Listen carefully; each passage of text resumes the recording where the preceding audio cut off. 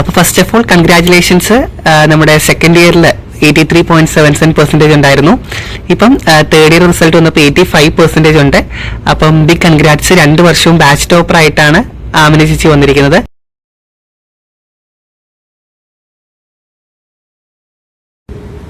Consistent ആയിട്ടുള്ള ഒരു study pattern നമ്മൾ ഫോളോ ചെയ്യുക. അവസാനത്തേക്ക് വേണ്ടി എല്ലാം കൂട്ടി വെക്കാതെ തുടക്കം തൊട്ട് തന്നെ നമ്മൾ ചെറിയ രീതിയിൽ എല്ലാ ദിവസവും എന്തെങ്കിലുമൊക്കെ പോർഷൻസ് ഒന്ന് വായിക്കാനോ റിവൈസ് ചെയ്യാനോ ഒക്കെ ശ്രമിക്കുക. ഒരുപാടൊന്നും നമുക്ക് എല്ലാ ദിവസവും പഠിക്കാൻ പറ്റിയെന്ന് വരത്തില്ല. ചിലപ്പം ചില ദിവസങ്ങളിൽ തന്നെ നമുക്ക് പഠിക്കാനൊന്നും പറ്റത്തില്ല. അപ്പോൾ അതൊക്കെ കോമ്പൻസേറ്റ് ചെയ്തുകൊണ്ട് പറ്റുന്ന പോലെ എല്ലാ ദിവസവും എന്തെങ്കിലും ഒരു 5-10 മിനിറ്റ് ആയാലും പോലും നമ്മൾ എന്തെങ്കിലുമൊക്കെ ഒന്ന് റിവൈസ് ചെയ്യോ വായിക്കുകയോ വെറുതെ പാസീവായിട്ടൊന്ന് വായിച്ചു വിട്ടാൽ തന്നെ അത് നമുക്ക് ഒരുപാട് ഹെൽപ്ഫുൾ ആയിരിക്കും. അപ്പോൾ എല്ലാം എക്സാമിന്റെ തലേന്ന് നോക്കാൻ വേണ്ടി നിൽക്കാതെ കൺസിസ്റ്റന്റ് ആയിട്ട് എല്ലാ ദിവസവും കുറച്ചെങ്കിലും ഒക്കെ ഒന്ന് പഠിച്ചു പോവാണെങ്കിൽ നമുക്ക് ഫൈനലി അത് വളരെ യൂസ്ഫുൾ ആയിരിക്കും.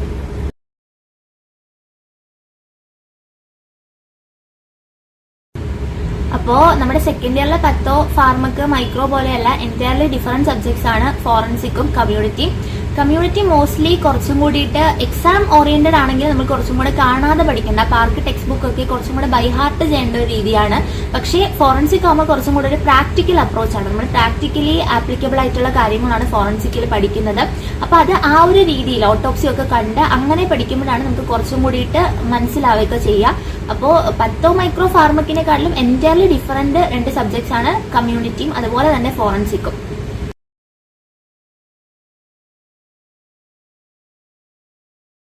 അപ്പൊ ക്ലിനിക്സിൽ ഉള്ളതൊക്കെ നമ്മൾ ക്ലിനിക്സിൽ പോസ്റ്റിങ്ങിന് പോകുമ്പോൾ തന്നെ അവിടെ വെച്ച് പഠിപ്പിക്കുന്നതൊക്കെ അപ്പൊ തന്നെ നമ്മളങ്ങ് പഠിച്ചു പോകുന്നതായിരിക്കും കുറച്ചും കൂടി നല്ലത്. ഞാൻ അങ്ങനെ ആയിരുന്നു. അപ്പോൾ പിന്നെ നമുക്ക് അതിന് വേണ്ടിയിട്ട് എക്സ്ട്രാ ടൈം ഈവനിങ്സിൽ അല്ലെ ഹോസ്റ്റലിൽ വന്ന് സ്പെൻഡ് ചെയ്യേണ്ടി വരില്ല.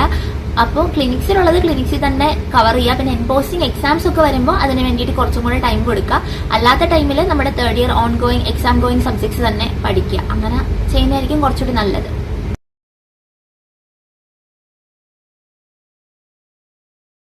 നമ്മുടെ ക്ലാസ്സിൽ ഫാക്കൽറ്റീസ് ലെക്ചേഴ്സ് എടുക്കുമ്പോൾ അവർ ഇമ്പോർട്ടന്റ് ആയിട്ടുള്ള പോയിന്റ്സ് ആയിരിക്കും നമുക്ക് പഠിപ്പിച്ചു തരിക. അപ്പൊ അതൊന്ന് ജസ്റ്റ് നോട്ട് ചെയ്ത് വെക്കുക. ഇനി അങ്ങനെ ചെയ്തില്ലെങ്കിൽ പോലും നമ്മൾ പ്രീവിയസ് ഇയർ ക്വസ്റ്റ്യൻസ് റെഫർ ചെയ്തിട്ടാണല്ലോ മോസ്റ്റ്ലി പഠിക്കുന്നത്. ആ സമയത്ത് ആ ക്വസ്റ്റ്യൻസ് മാത്രം, പാർക്കിൽ ഒരുപാട് കാര്യങ്ങളുണ്ട്, അതെല്ലാം ഒന്നും നമുക്ക് ആവശ്യമില്ല. അപ്പൊ ആ ക്വസ്റ്റ്യൻസ് വെച്ചിട്ട് നമ്മൾ ടെക്സ്റ്റ് വായിക്കുക. എന്നിട്ട് വായിക്കുന്ന സമയത്ത് തന്നെ ഇമ്പോർട്ടന്റ് ആണെന്ന് നമുക്ക് തോന്നുന്ന പോയിന്റ്സ് എല്ലാം ഹൈലൈറ്റ് ചെയ്ത് വെക്കുക. എന്നിട്ട് അത് മാത്രം ഫോക്കസ് ചെയ്ത് പിന്നീടുള്ള എക്സാംസിന് വേണ്ടിയിട്ട് പഠിച്ചാൽ മതി.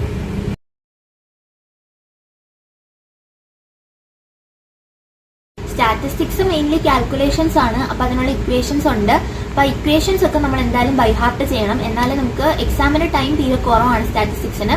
അപ്പം ഇക്വേഷൻസ് പഠിച്ചു വെച്ചാൽ നമുക്ക് പെട്ടെന്ന് ചെയ്യാൻ പറ്റും. പിന്നെ ബേസിക്കലി കാൽക്കുലേഷൻസ് ആകുമ്പോൾ നമ്മൾ ചെയ്ത് കുറെ തവണ വെറൈറ്റി ക്വസ്റ്റ്യൻസ് ചെയ്ത് പഠിക്കുമ്പോൾ നമുക്ക് തറവാവും.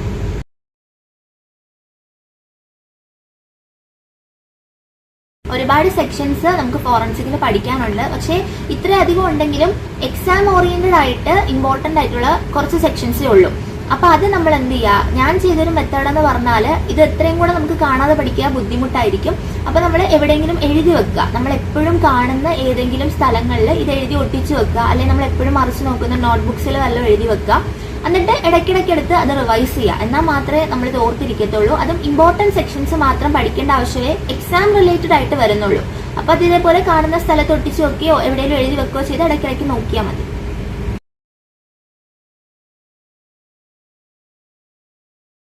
കമ്മ്യൂണിറ്റി മെഡിസിനെ സംബന്ധിച്ചിടത്തോളം ഡയഗ്രാംസിന് അത്ര ഇമ്പോർട്ടൻസ് ഇല്ല. കാരണം കമ്മ്യൂണിറ്റിയിലെ ഡയഗ്രാംസ് വളരെ കുറവാണ്. ഉള്ള ഡയഗ്രാംസ് ഒക്കെ ഫ്ലോ ചാർട്ട്സ് പോലെ ആയിരിക്കും. അപ്പൊ അത് നമ്മൾ എന്തായാലും പഠിക്കാം. പക്ഷെ ഫോറൻസിക്കിന് ഡയഗ്രാംസ് വളരെ ഇമ്പോർട്ടന്റ് ആണ്. എവിടെയൊക്കെ ഡയഗ്രാംസ് ഉണ്ടോ, ഏതൊക്കെ ക്വസ്റ്റ്യൻസിൽ നമുക്ക് ഡയഗ്രാംസ് ആഡ് ചെയ്യാൻ പറ്റുമോ അതെല്ലാം ആഡ് ചെയ്യുന്നത് നല്ലതായിരിക്കും. അത്രയും കൂടുതൽ നമുക്ക് എക്സ്ട്രാ പോയിന്റ്സും എക്സ്ട്രാ മാർക്സ് ആണ് അതിൽ നിന്ന് കിട്ടിക്കൊണ്ടിരിക്കുന്നത്.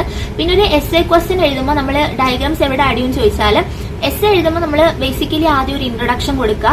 അത് കുറച്ച് എഴുതി കഴിഞ്ഞിട്ട് ഒരു മിഡിൽ ഭാഗത്തായിട്ട് ഡയഗ്രാം വരയ്ക്കുന്നതായിരിക്കും കുറച്ചുകൂടെ നല്ലത്. ഞാൻ ആ ഒരു രീതിയിലാണ് എക്സാംസ് ഒക്കെ എഴുതാറുള്ളത്. അത് കഴിഞ്ഞ് പിന്നെയും കുറച്ച് എഴുതുക. തുടക്കത്തിലോ ഏറ്റവും അവസാനമായിട്ടല്ല ഞാൻ ഡയഗ്രാംസ് വരയ്ക്കാറുള്ളത്. ഒരു ക്വസ്റ്റ്യൻ എഴുതുമ്പോൾ അതിന്റെ നടുക്ക് ഭാഗത്തായിട്ട് ഡയഗ്രാംസ് വരുന്ന രീതിയിൽ, അതും നല്ല വലുതായിട്ട് നല്ല കളർ പെൻസിലൊക്കെ ഉപയോഗിച്ച് മാർക്ക് ചെയ്ത് വരയ്ക്കുകയാണെങ്കിൽ നമുക്ക് കുറച്ചും കൂടി മാർക്സ് സ്കോർ ചെയ്യാനായിട്ട് പറ്റും.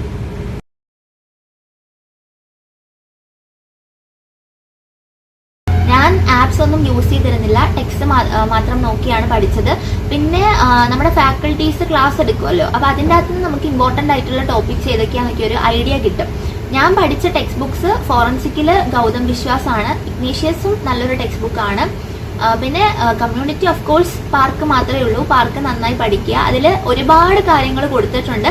ഇമ്പോർട്ടന്റ് ആയിട്ടുള്ളത് മാത്രം പഠിച്ചു പോയാലേ നമുക്ക് പഠിച്ച് തീരാൻ പറ്റത്തുള്ളൂ, ഇല്ലെങ്കിൽ ഇങ്ങനെ വായിച്ച് പോകാനേ പറ്റുള്ളൂ. അപ്പം ഇമ്പോർട്ടന്റ് പോയിന്റ്സ് എന്തൊക്കെയാണെന്ന് മനസ്സിലാക്കി അത് മാത്രം റിവൈസ് ചെയ്ത് പോവാം പാർക്കിന്റെ കാര്യത്തിൽ.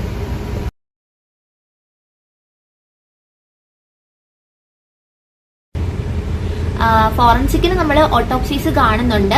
അത് നമ്മൾ തിയറിയിൽ എങ്ങനെ ഹെൽപ്പ് ചെയ്യുമെന്ന് ചോദിച്ചാൽ, നമ്മൾ തിയറി പോർഷൻസ് വായിക്കുന്ന സമയത്ത് അതേ സാധനങ്ങളുടെ ഓട്ടോപ്സി നമ്മൾ കണ്ടിട്ടുണ്ടെങ്കിൽ നമുക്ക് ഈസി ആയിട്ട് പഠിക്കാൻ പറ്റും, നമുക്ക് ഫൈൻഡിങ്സ് ഒക്കെ റിലേറ്റ് ചെയ്യാം. അപ്പൊ നമ്മൾ വായിക്കുന്നതിനെക്കാട്ടിലും നേരിട്ട് കണ്ട ഒരു സാധനം ആകുമ്പം പെട്ടെന്ന് നമ്മുടെ മൈൻഡിൽ ഇത് സ്റ്റോർ ആവും. അപ്പോൾ ഓട്ടോപ്സീസ് മാക്സിമം നമുക്ക് കാണാൻ പറ്റുന്ന അത്ര നമ്മൾ കാണുക, കാരണം തിയറി പഠിക്കുമ്പം അതുമായിട്ട് റിലേറ്റ് ചെയ്ത് നമുക്ക് പഠിക്കാൻ പറ്റും. ഇപ്പം മെയിൻലി ടോക്സിക്കോളജി ഒക്കെ ആകുമ്പം ഏതെങ്കിലും പോയിസണിങ്സ് ഒക്കെ നമ്മൾ നേരിട്ട് ഓട്ടോപ്സി കണ്ടതാണെങ്കിൽ അതിന്റെ സ്റ്റഡീസ് നമുക്ക് കുറച്ചും കൂടിയിട്ട് എളുപ്പമായിരിക്കും.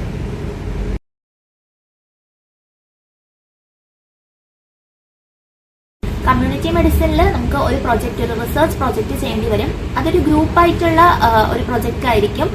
ടോപ്പിക്ക് നമ്മൾ തന്നെ, നമ്മുടെ ഗ്രൂപ്പ് തന്നെ ചൂസ് ചെയ്യുന്നതാണ്. നമുക്ക് ഇഷ്ടമുള്ളൊരു ടോപ്പിക്ക് സെലക്ട് ചെയ്യാം. അത് കുറച്ചും കൂടി സോഷ്യലി ആൻഡ് നമ്മുടെ കമ്മ്യൂണിറ്റിയിൽ റിലവൻ്റ് ആയിട്ടുള്ള ഒരു ടോപ്പിക്ക് എടുക്കുന്നതായിരിക്കും ഏറ്റവും കൂടുതൽ നല്ലത്. എന്നിട്ട് നമ്മൾ എന്ത് മെത്തേഡ് ഉപയോഗിച്ചാണ് ആ ഒരു ടോപ്പിക്ക് ചെയ്യാൻ പോകുന്നത്, പിന്നെ ആ ടോപ്പിക്കിന് നമ്മുടെ ഇന്നത്തെ ഈ ഒരു കമ്മ്യൂണിറ്റിയിൽ എത്രത്തോളം സിഗ്നിഫിക്കൻസ് ഉണ്ട്, അതും കുറച്ച് ഇമ്പോർട്ടന്റ് ആണ്. അതിനുശേഷം നമ്മൾ ഏത് വാർഡ് അല്ലെങ്കിൽ ഏത് കമ്മ്യൂണിറ്റിയിലാണ് നമ്മുടെ സ്റ്റഡി നടത്താൻ പോകുന്നതെന്ന് വെച്ചാൽ അത് ചൂസ് ചെയ്തതിന് ശേഷം ഞങ്ങൾ ഗ്രൂപ്പ്സ് ആയിട്ട് പോയി ഡേറ്റ അവിടെ നിന്ന് കളക്ട് ചെയ്തു. അതിനുശേഷം നമ്മൾ ആ ഡേറ്റ അനലൈസ് ചെയ്തു. പിന്നെ എന്തെങ്കിലും അസോസിയേഷൻ, സോഷ്യോ ഡെമോഗ്രഫിക് ഫാക്ടേഴ്സ് ഒക്കെ ആയിട്ട് എന്തെങ്കിലും നമ്മളിപ്പോൾ ഒരു ഡിസീസ് ആണ് ചെയ്യുന്നതെങ്കിൽ ആ ഡിസീസിന് എന്തെങ്കിലും അസോസിയേഷൻ ഉണ്ടോ എന്നത് കൈ-സ്ക്വയർ ടെസ്റ്റ് ഒക്കെ ഉപയോഗിച്ച് കണ്ടുപിടിച്ചു. അതിനുശേഷം നമ്മൾ അതിന് മുന്നേ ഒരു ക്വസ്റ്റനെയർ ഒക്കെ പ്രിപ്പയർ ചെയ്തിട്ടായിരിക്കും നമ്മൾ ഈ ഒരു ഡേറ്റ കളക്ഷന് വേണ്ടിയിട്ട് പോകുന്നത്. അപ്പൊ നമുക്ക് കുറച്ചും കൂടി ഈസി ആയിട്ട് നമുക്ക് ആവശ്യമുള്ള ഡേറ്റ കിട്ടും. പിന്നെ ഡേറ്റ അനലൈസ് ചെയ്യുക. പിന്നെ അതും ഓൾറെഡി ആ ഒരു സബ്ജക്റ്റിൽ ചെയ്തിട്ടുള്ള സ്റ്റഡീസുമായിട്ടുള്ള എന്തൊക്കെ കമ്പാരിസൺ അത് നമ്മൾ ചെയ്യുക. പിന്നെ നമ്മൾ ഫൈനലി ഒരു കൺക്ലൂഷനിലേക്ക് എത്തുക. നമുക്ക് ഈ സ്റ്റഡിയിൽ നിന്ന് നമ്മൾ എന്ത് കൺക്ലൂഷനിലാണ് എത്തിയത്, അതിനുശേഷം നമ്മൾ ചെയ്യുന്ന സ്റ്റഡി ആകുമ്പോൾ അതിന് ഒരുപാട് ലിമിറ്റേഷൻസ് കാണും, എത്രത്തോളം ഇംപ്രൂവ് ചെയ്യാൻ പറ്റും അതെല്ലാം നമ്മൾ കൊടുത്ത് ഒരു കൺക്ലൂഷൻ ആൻഡ് ഫർദർ റെക്കമെൻഡേഷൻസ്, ഇനി എന്തൊക്കെ ഈ ഒരു പ്രോബ്ലം, ഈ ഒരു ഡിസീസ് ആണെങ്കിൽ അത് ടാക്കിൾ ചെയ്യാൻ എന്തൊക്കെ നമുക്ക് ചെയ്യാൻ പറ്റും. പിന്നെ യൂണിവേഴ്സിറ്റി എക്സാമിന് ഒരു 5 മാർക്ക് സ്റ്റേഷൻ ആണ് ഈ ഒരു റിസർച്ച് പ്രോജക്റ്റ് എന്ന് പറയുന്നത്. അപ്പൊ നമ്മൾ ഈ പ്രിന്റ് ചെയ്ത പ്രോജക്റ്റ് അവിടെ സബ്മിറ്റ് ചെയ്യുമ്പോൾ നമ്മളോട് അതുമായിട്ട് റിലേറ്റ് ചെയ്തിട്ടുള്ള ക്വസ്റ്റ്യൻസ് ഒക്കെ ഫാക്കൽറ്റീസ് ചോദിക്കും. അപ്പോൾ ഫൈനൽ ഇയറിനും ഇതുപോലെ തന്നെ തിളങ്ങാൻ പറ്റട്ടെ എന്ന് ഞാൻ ആശംസിക്കുന്നു. All the best. Thank you.